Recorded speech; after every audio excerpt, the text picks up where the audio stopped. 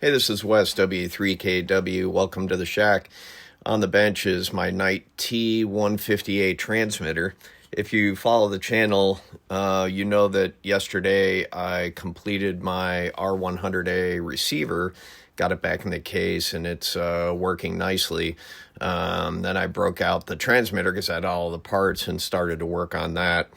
On the front here, really all I had to do is get a knob for the meter adjust potentiometer, and unfortunately this one's a little bit big, but I gotta rummage around. I'm sure I can find something more appropriate, a little bit smaller, because this knob cuts off the some of the labeling there.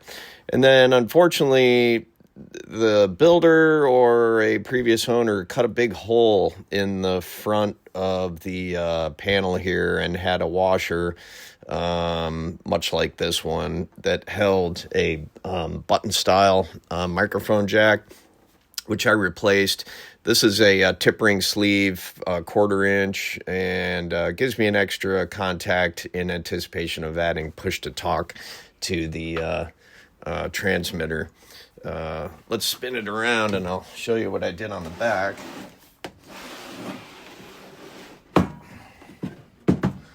So you can see I added a three-prong power cord, grounded. I also replaced the fuse holder, and I'll show you why I did that.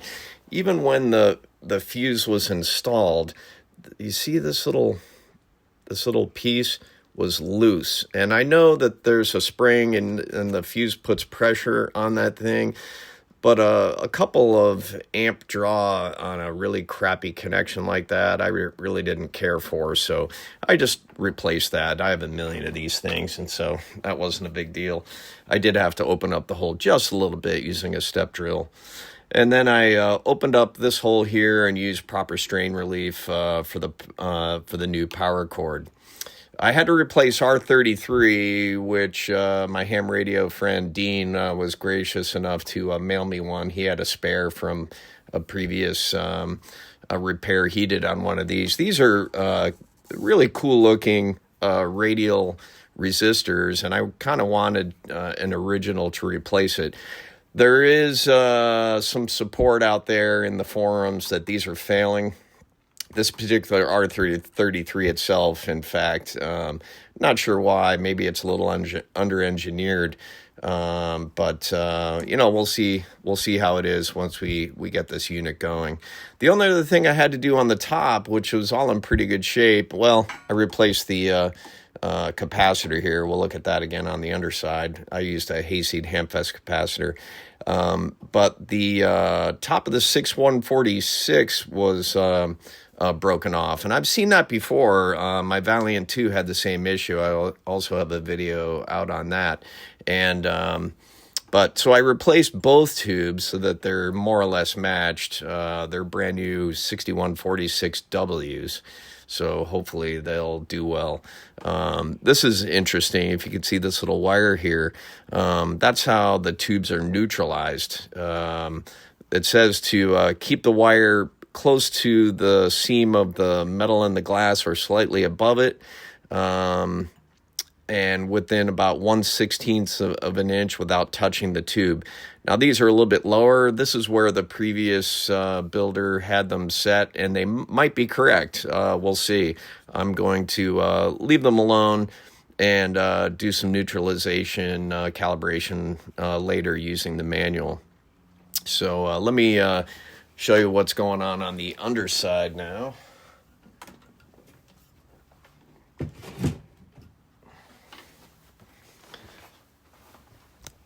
Let me reposition the camera.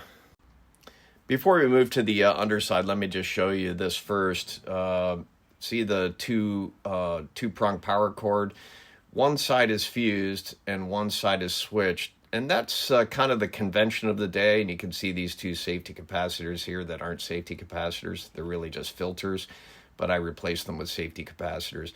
But what I do is I bring the hot in and I go through the fuse and then the switch, which is more today's convention, and then through the transformer and back out through the neutral. So let's move to the underside here, and I'll show you that. All right, here we go. So you can see the here's the new microphone jack with push to talk, just awaiting for some circuit changes. Haven't worked that out yet, but anyway, here are the two new safety capacitors. The hot comes in and goes to the jack on the side of the fuse holder. You don't want to put it on the bottom, because then if you grab the fuse from this side, you'd actually be touching the hot. So always put the hot here. Then the hot comes out. It's filtered here and then off to the switch, which is right up here, and then back down through the other side in the neutral there. And if you look topside here, here's the new Hayseed Hamfest capacitor, and I ripped out this pile of junk here that someone put in very poorly, sloppily. Put a terminal board here, or terminal strip, and then followed the schematic and wiring diagram in the manual, which is pretty helpful actually. It's a good manual. It's much like Heathkit manual, step by step. Good documentation here to show you positives and negatives and where everything gets hooked up. So that's all done. These two paper capacitors have been replaced, and of course the foil side goes to the lower impedance side of the circuit, or to ground in this case. What else did I do under here? I rerouted just a couple of wires that were pretty sloppily done. I may kind of gang up some of these wires and make it a little bit neater, but I don't want to do that until I power it up, and if I need to trace out any issues, I just want to make sure it works first before I do that. So anyway, I'm going to do some more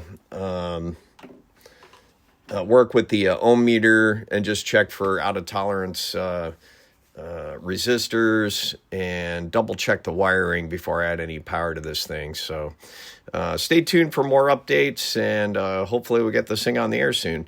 Thanks for following along. If you like the content, give me a thumbs up or subscribe. It'd be much appreciated. And thanks again for following along. This is Wes, W3KW.